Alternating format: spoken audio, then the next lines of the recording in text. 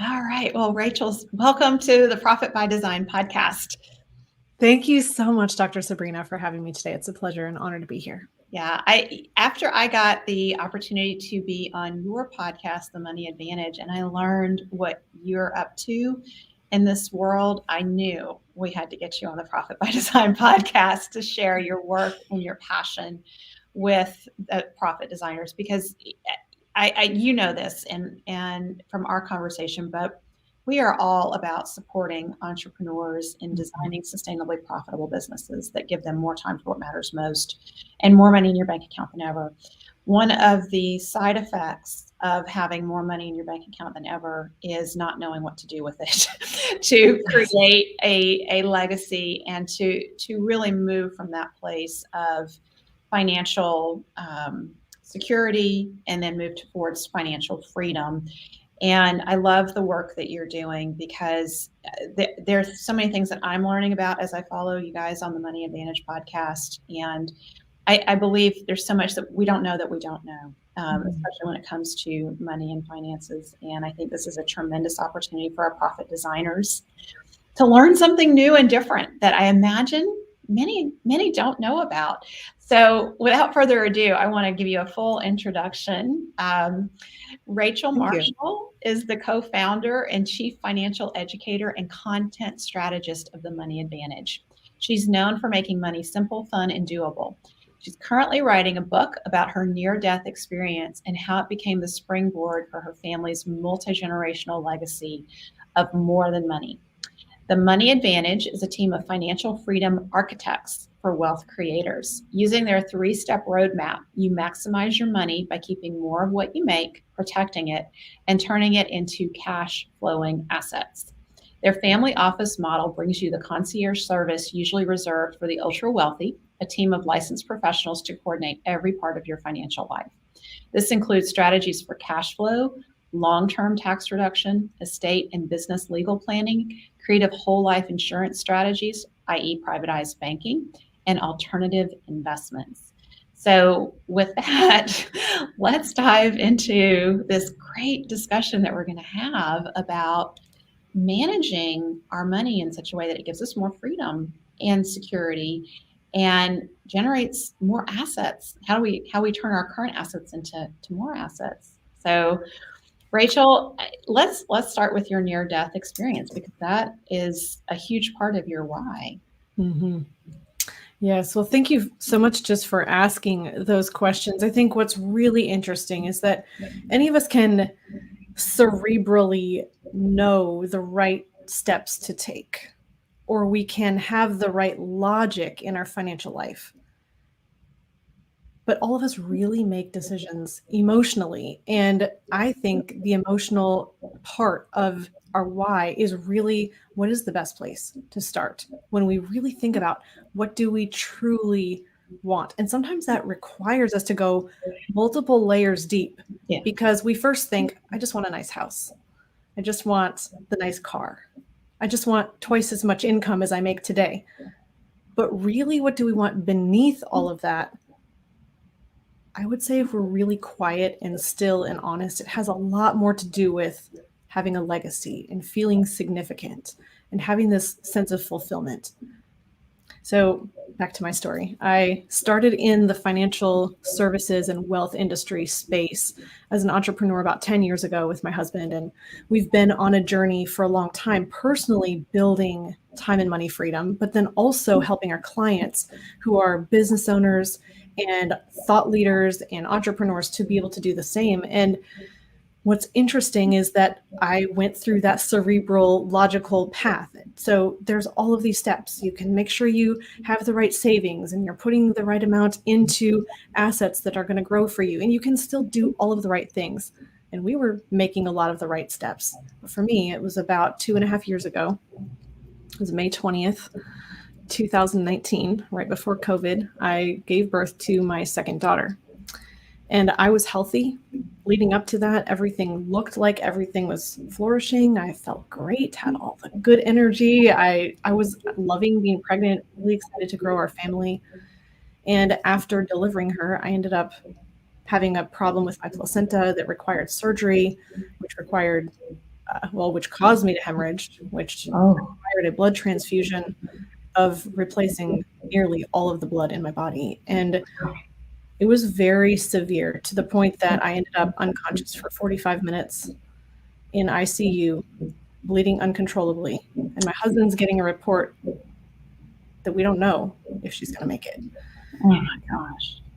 And I was blissfully unaware as I was unconscious how desperate that situation was. But as I came to, and I just had this awareness of, my goodness, I'm alive. This is amazing. People have loved me, have fought for me, have been there to see me through this. We just really started thinking, what does this mean for our children? What if we weren't there? How can we make sure that not only are we making financial decisions today that are going to set them up for success, but not just giving them all the money that they would ever need, because money does not solve problems the way that we first think of. Yes. Really, we have to be able to carry this character traits, this value system, these attributes of truly putting meaning into our children's lives, and then providing the not only the funding, but the capability to create the financial assets so that they can live out those dreams. And it just started clicking for me that I couldn't just plan for my time and money freedom in my own life and saying, if I just get a certain cash flow amount and we're just time and money free, then we can live what we want with our kids. But what if I don't have the time to be able to get to that point? How can I live right now and create this legacy for my children? How can I help them to flourish and be able to create this on their own as true wealth creators, not just as someone who's receiving mom and dad's inheritance if something were to happen? And that's where it went really, really deep and super personal for me. Yeah, I think that's such an important aha or insight, because we think about, well, if I have some life insurance in place, then the financial needs are taken care of. But there is thinking through how you're going to manage your life, and how what the values are that you want your children to own and live, and how does that all of that get conveyed. So I just really, I'm hearing a much broader perspective on creating legacy and looking. And the other thing that I really appreciate is you're looking at the now and the future. And so much of financial planning is all about the future and protecting against something that could happen in the future. And you're saying, well, we got to look at the now too, and figure out what this looks like. So as you started on this journey, what were some of the initial things that you started putting in place for yourself, or started doing differently for yourself and in your family? That's a really good question. So I'll back up a little bit, because our transformation has been a long time in the making as well. So it was interesting that pivot point made it much more personal for me. But even before that, we had started a business. This was about 10 years ago. And we had a situation where we were storing cash. At the time, we were putting it in gold and silver, and we were planning for being financially stable way into the future should there be a lot of disruption in the economy. What we were not thinking about is the value of liquidity. And your audience probably knows what that term is, but just for anyone who might not be familiar, because it's not a word we throw around very often, it means, can I access and use my cash? Can I access my assets? What if I need capital? What if I want to start a business, or I want to grow this area of business, or I want to put $100,000 tomorrow into a marketing campaign that will generate $500,000 in revenue? Or what if I need to touch my money? Not just I'm setting it on the shelf and I'm leaving it there to compound and grow for the typical way of thinking about retirement. What if I want to use that to create a cash flowing asset right now? And that's what we teach. We teach that it's not really about just the retirement focus. It's really about how do you use your capital to put it into cash flowing assets, which is businesses and growing your business. So we had all of our cash tied up in a way that we couldn't access it. When we wanted to get our cash, the value of the gold and silver was about half of what we purchased it at.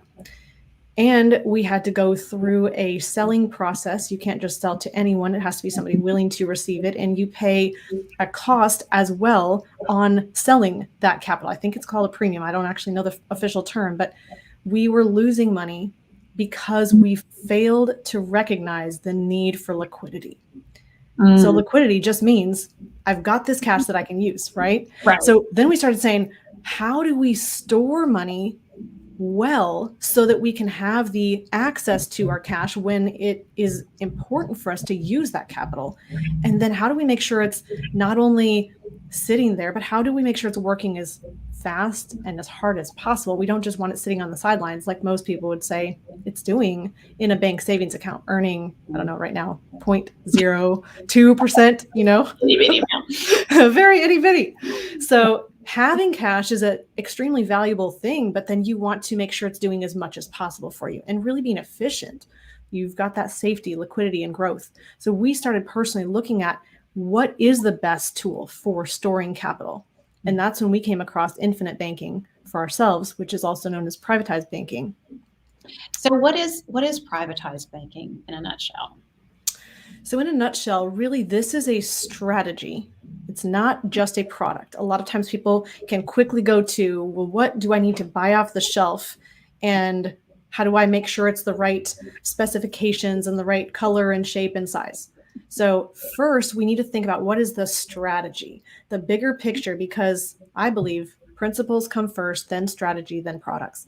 So if we think about the principle, I want to have cash that I can access and use. I want to be in control so that I don't need to go asking somebody else for capital or seeing if I qualify to get a HELOC or a loan or have some other person that is a barrier between me and capital. I want to be able to access it. And I don't want to have to pay taxes if I'm going to go access my money right now. And I don't want a penalty because I'm less than 59 and a half.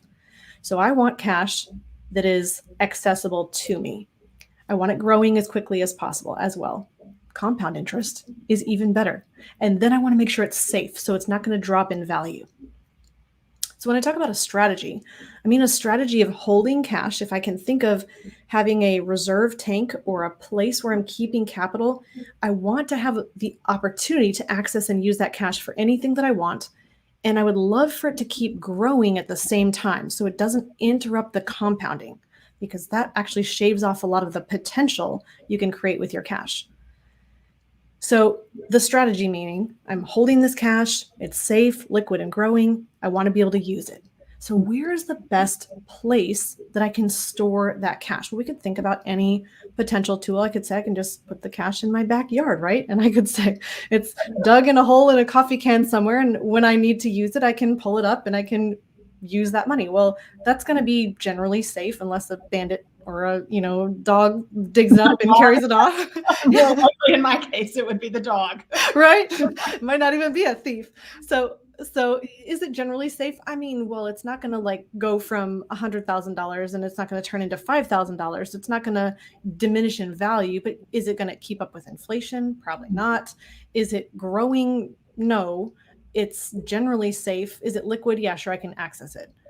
Well, I don't necessarily just want to hold it in a coffee can in the backyard. I don't necessarily just want it in the bank. I'm barely earning any interest.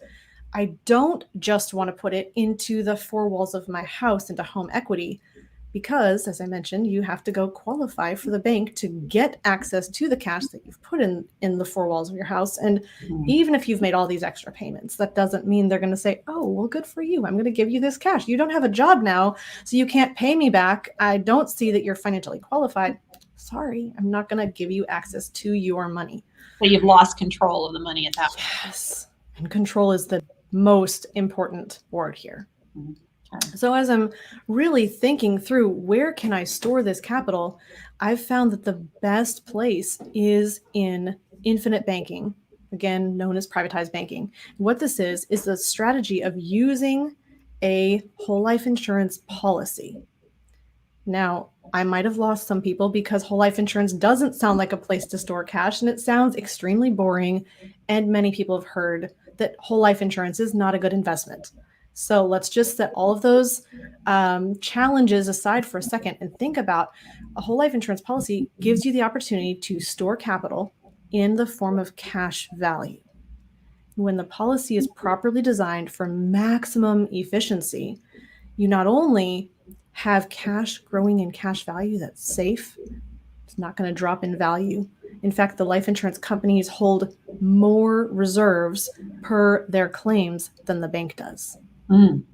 They have dollar for dollar reserves. They also are, that capital is liquid because you can access your cash value through a life insurance loan. As a policy owner, you have the right and the freedom contractually to do that. Okay. And then it's also growing because it's growing with compound interest. Inside the policy, you have interest and dividends. And I don't want to get too technical because those details don't matter as much. The principle, though, is you have this safe, liquid, growing capital that is the best place I've found to store cash. And on top of that, I also have this death benefit that allows me to think generationally and think about the legacy that I'm leaving. So that's the product. Now, Okay. the strategy is that I can then borrow against my cash value, not from it. And when I borrow against my cash value, that allows my cash to keep growing while I'm also using it in another location at the same time. So that strategy of using the policy is what makes it infinite. Okay, and so that's very different. And you mentioned, because people have all kinds of biases about whole life insurance. There's lots of talk about that. So this is about using the policy. It's not just parking the money there. Yes. And Actually, that's very insightful that you said that, because often I will say, if you think that you're just going to get a magic product and set it on the shelf and set it and forget it, that's not going to give you the advantages, because that's just the product. We also need the strategy of using it, and it allows you to be the bank, to leverage your capital, to put it to work in two places at the same time. It's earning interest and dividends inside the policy, and it's also earning a rate of return outside the policy as you're putting it to work in your business or in real estate investments or in another asset somewhere that's cash flowing. So it's absolutely the strategy of also using, almost like driving your policy. You're not just putting it in, parking it in the garage, you're driving it. Yeah. And so I think it's such a critical point, because that's where we have to, I would imagine, we have to be very thoughtful about how we're going to use it and make sure we're putting it into a good asset that's going to generate a return on investment. Yes. So what are some, let's just talk about that. What are some options at that point? You mentioned real estate, investing back into the business. What else do you see people doing? That's a really good question, because the amazing thing is that when you have cash value inside of a life insurance policy, you have access to use that. Now, we've seen people use it even for, and I'll just say this, expenses, a vacation, a home remodel. Now, we don't want to limit our thinking to just expenses, because that's not going to generate a return that's going to bring cash back into your hands. But it is a potential use. It is a potential use of your cash to be able to use it for your child's college education. It is a potential use for you to use it for supplemental income in the future. And as we start expanding the lens of what we can do with this capital, it gives us a lot more freedom, because now we don't have to compartmentalize everything. Here's my long-term care plan. Here's my life insurance. Here's my investments. Here's my college planning. Here's my retirement planning, and thinking about everything segmented, because really your money is all part of one big system. And if you can optimize the whole system, you can do everything better. So I love that. That is a holistic view on assets, and how do you optimize those assets? It absolutely is a holistic view. And I didn't mean to sidestep your question, so let me come back to it. So this idea of, then you can use it for an expense, you can also use it for opportunities. And I like to frame any type of capital investment where I'm going to get a return as an opportunity. It's an investment. I'm investing somewhere, cash is going to return. That might be looking outside of the range of investments and looking at alternative investments, places like oil and gas, or looking in real estate, as I mentioned, or looking at how you might use assets to generate income back to you. That could be for a speaker and coach who is going to use capital to fund a book or to use their platform. I don't know any people like that either. You've just launched a book. I'm about to launch my book. It's just very interesting that we can think outside the box and say, well, there's costs associated with building a business in any capacity, even in the thought leader space. And having that access to capital then means, well, hey, now I don't have to look just to go put something on a credit card or get a business loan. I have cash that I can use. That makes you much more favorable in the eyes of the bank then, because you have cash. That's a really good point. Because it's that whole concept of your personal balance sheet, and Yes. that there are assets there that you're utilizing to create more assets, and then the bank is much more willing to lend you money should you need it. Yes. Because you have assets. Yes, and sometimes, I mean, people can even capitalize against their policy with a bank loan. So I don't want to get too technical and complicated, but if you have cash value, you can automatically qualify for a life insurance loan from the life insurance company to borrow against that capital. And that's a secured loan against your cash value. Now, you also could go to a bank, a separate banking institution, and say, I have $300,000 of cash value in my life insurance policy. Can you secure that or use that as the capital to secure a loan? So you just have a lot of options. And I think whenever you have more options, you have the ability to make choices. You're not limited or stuck to saying, well, this is the only way I can do something. And that just gives you a lot more freedom then to have the cash in your pocket and be able to use it, or take a conventional loan if that makes more sense for you. But just having that access to capital just gives you tremendous freedom. So how do you see privatized banking really impacting all areas of our lives in a positive way? That's a really good question. And what I see as kind of a framework or a model for how somebody structures their financial life to achieve and build time and money freedom. I'm using a little different vernacular because I think a lot of times we think, well, retirement's the goal. My personal goal and most of our clients' goals is really to build cash flow from assets. Well, if we want to get to that position, first we want to start from, how do I use the current income model that I have, whether I'm a business owner and I'm having income come off the business, whether I still am in a W-2 position and I have that job, whether I have multiple sources of income. We want to, as you train people how to do, Dr. Sabrina, to really keep as much of that as possible, being efficient. Then we want to protect the capital. So I'm layering this. At the bottom, I see this basement level, this foundation piece to keep as much as we make as possible. That's increasing your cash flow from your current income. Then that's going to create this capital source, this reserves, this store of money. Well, I want to protect that. I don't just want to jump into saying, I want to make the money and invest the money, because if we skip over the protection component, we can forget that it can all be taken from us. Yeah. And so things like insurance and legal planning, all the forms of insurance. This is your health insurance, your auto insurance, your liability insurance. Building that protection component is extremely crucial. And then finally saying, now I have the storage, the capital stores. How do I put those to work in the greatest way for me? And how do I increase capital or cash flow from assets? So if we look at these three layers, this keep as much as I make as possible, the second layer is protection, the third layer is making more money and building time and money freedom and creating this contribution and this legacy. Well, first, life insurance helps me keep more of the money I make, because now I'm not compartmentalizing into all these different things. Instead, I'm putting my stores all in one warehouse. I'm building this war chest in my financial life, and that's creating a lot of efficiency so that I can be aware of my cash flows.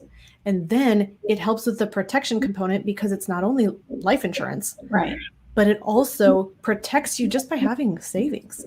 Having savings is this huge protection element that gives you the peace of mind to make decisions, because you're not in a scarcity, insecure place. You have that cash. Yes. So this is, I'll just share a funny story with you.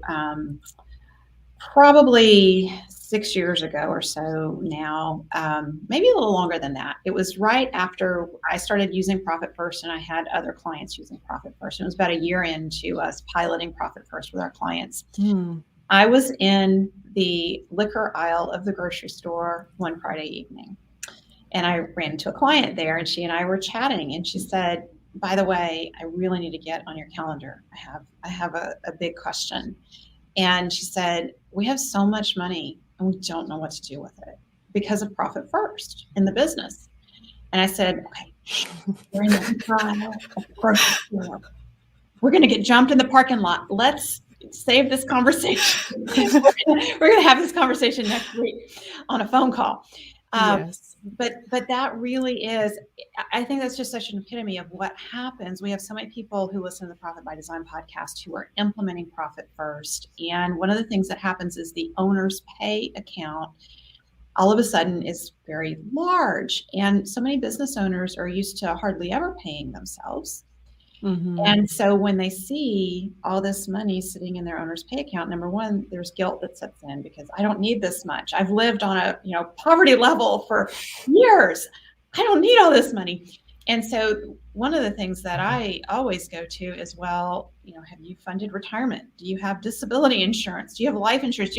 How's your health insurance? If you, because if you have a high deductible policy, maybe you could do something a little better for yourself. So there's that failure to think of what do we really need because we've been living in scarcity for so long. And I'm not a financial planner. So I always just kind of say at that point, there's lots of options. You need to go talk to a financial planner and look at these things. But I really feel I've had lots of business owners say to me, I feel like my business is my best investment. That's my retirement plan. And I know there's so much wrong with that logic because a lot of business owners think I'm going to sell my business at some point. And it's not, the value is not going to be there typically that the business owner envisions will be there. And we've actually had some of our clients and myself look at our businesses from a sale point versus an asset generation point. And when you look at a business from the fact that, okay, if you put Profit First in place, it becomes an asset because you have profit that's getting generated, pay, and then as you're setting it up so that it can run without your daily involvement, now you have time freedom and an asset generating entity here. And so we have people who said, I thought I wanted to sell my business, but you know what? Now that I'm working with better clients and I know how to get a team and, we have a lot less drama, I don't think I want to sell it. I think it's a great asset generator and, cash so good of it. So, but that cash coming off of it is that point where, I get interested in what you're talking about because, there's more that could be done. I'm a maximizer. So, I'm always looking at how do we maximize all these opportunities. So there's more than what's needed in the business because if you're going to run the business efficiently, you don't need to be plowing. You shouldn't be plowing all the cash back in the business. And that's only one bucket. So you want to have other buckets. And so what you're describing here is opportunity to use that cash to create more security and also have cash freely available that's not tied necessarily to a business. So it creates some diversity in the portfolio. It absolutely does. I love so much about what you just shared because we believe most of our clients are business owners. I should just give that preface and that caveat. So we believe that if you are operating a business, that probably is one of your best investments. Normally, you're going to get a much higher return in business because it's an area that you have knowledge and control. Right. And we believe in focusing on what you have knowledge and control. Or where you have knowledge and control. You can get out if you choose to. You can increase the revenue if you choose to, because it's a place that you've really developed this mastery. Now, if you are storing cash and you're thinking, well, I don't just want to plow it only back into the business. I want it to do more for me. Well, if you're using something like life insurance or infinite banking, you have an opportunity to store capital that you can use if an opportunity arises in the business or in your personal life. And at the same time, you are creating an opportunity that you can potentially maybe step into real estate investing, or maybe step into something else that you can put capital to work, because as you borrow against the cash flow or cash value, borrow against the policy, put your dollars to work now in another asset. If that's generating cash flow, you have the capital to repay your loan, and then it continues to grow. So you're maximizing your efficiency with that cash. And when you're looking at the dividends and the interest that it's generating inside the policy, if it's properly designed, you're getting a significant uninterrupted compound growth inside the policy. And then you're creating this legacy for the future because there's a death benefit. And the amazing thing about that is that it's a significant improvement to anyone's life. And especially if you're in a position of storing cash and saying, well, my general way of thinking is I'm just going to put it in the bank. Well, at some point, you want those dollars to go to work for you. And I've heard someone say, I don't just want to save, I want to be investing, because when I save, it feels like half of my army is asleep. Like it's not working for me. And that just, it stuck with me forever. I mean, it's just very visual, and a visceral feeling of how sometimes we can feel like, well, that savings is growing, but I feel like it's not doing as much as it could for me. But when you plug it into a resource or a tool like infinite banking, and again, there's other options. This is not the one thing. I'm not an advocate that you should do only one thing with your money. But if life insurance and infinite banking is a significant part of your strategy, it can become a cornerstone and a foundation for you to put cash into other assets that will generate cash flow and be in a position where you're not just thinking about, I've created cash flow in my lifetime, but how can I pass this on to future generations? And I'll just say briefly that part of the book that I have coming out about my story incorporates this idea that we need to pass on values and have a family guidance system along with the right estate planning to carry our legacy. But life insurance can be a key part of funding your multi-generational legacy of more than money, because it can be the storage tank that you can then use as a family bank where your family members can ask for and receive loans from the family bank and repay the loans. So maybe your child takes a college loan and then repays that into the family capital stores. And this can perpetuate over multiple generations, because I can write into my trust and my legal documents that my desire is that when my life insurance proceeds pay out to my children, that as much life insurance will be purchased on their lives with those proceeds. And I have this leveraged up death benefit that's always way higher than the cash that I've paid into the policy. And so this can be a tool that magnifies the capital available in future generations. And I'm along the way teaching them the responsibility and stewardship so that they can use it well. Oh my gosh, that's just mind blowing right there. I have so many questions, and I'm listening every time. I'm like, oh my gosh. So I want, first off, for everyone to know that you have the Money Advantage podcast, and briefly give a description of the topics that you cover on the Money Advantage podcast. So we cover anything that relates to a business owner controlling their cash and being in a position of control. So they're generating cash flow from assets and really enjoying their money more. So we do a lot of our own shows where we're talking specifically in depth about life insurance, privatized banking, and infinite banking, as I mentioned. So we uncover a lot of pieces of that, questions that people have, legislative changes, and how that impacts policy design. So we get really technical. We have a lot of full disclosure. And I think most of the people that come back to us and say, I'm booking an appointment because of the content that you have on your podcast, they always say that they're really thankful that it shares so much information that many other people don't share. And we do it in a simple way that makes sense, but that gives the big picture. We don't believe in withholding information, but we also don't want to overwhelm people so that they can't make decisions. So we help business owners and enterprising families to have the content and the education that they need so they can have clarity to make financial decisions that leave them in control. Well, I certainly experienced that today as we talked. You took some very high level concepts that I've heard about previously, I've studied up on previously, and still didn't get. And you broke it down today, like just boom, boom, boom. And it was crystal clear. So I really appreciate that. And that's my experience of the episodes that I've listened to on your podcast. I think you guys are doing a great job with that. Thank you. You have a book coming out. It is currently with advanced readers, so that means it's very close to being ready, Rachel. That's so exciting. Yes. Tell us about your book. What's the title and what are you covering in it? Yes, it's called 7 Generations. And this is all about how to design a multi-generational legacy of more than money. And so it plays off of and starts from my story of my near-death experience and really the transformation that my family and I went through in thinking about our legacy and the need to do that really, really well. And so then it walks through the 3 pillars that somebody needs to have this indestructible legacy that's not just a giant inheritance, because many people know that that can just lead to heirs that are trust fund babies that are, unfortunately, it can have this feeling of corrupting them. And so I talk about that myth and talk about how we can overcome that.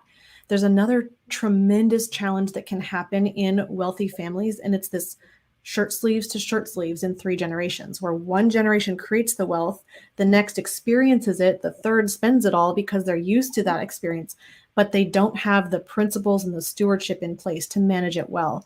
And so this book walks through how we can make sure that we have this 7 generation thinking to think about how do the decisions I'm making today not only impact my kids, but my grandkids, and how do I think 7 generations ahead? This wasn't my initial concept. The Iroquois Indians started this concept, and I'm using that to say, how can we look as far forward into creating our legacy as possible? So the book does launch very soon.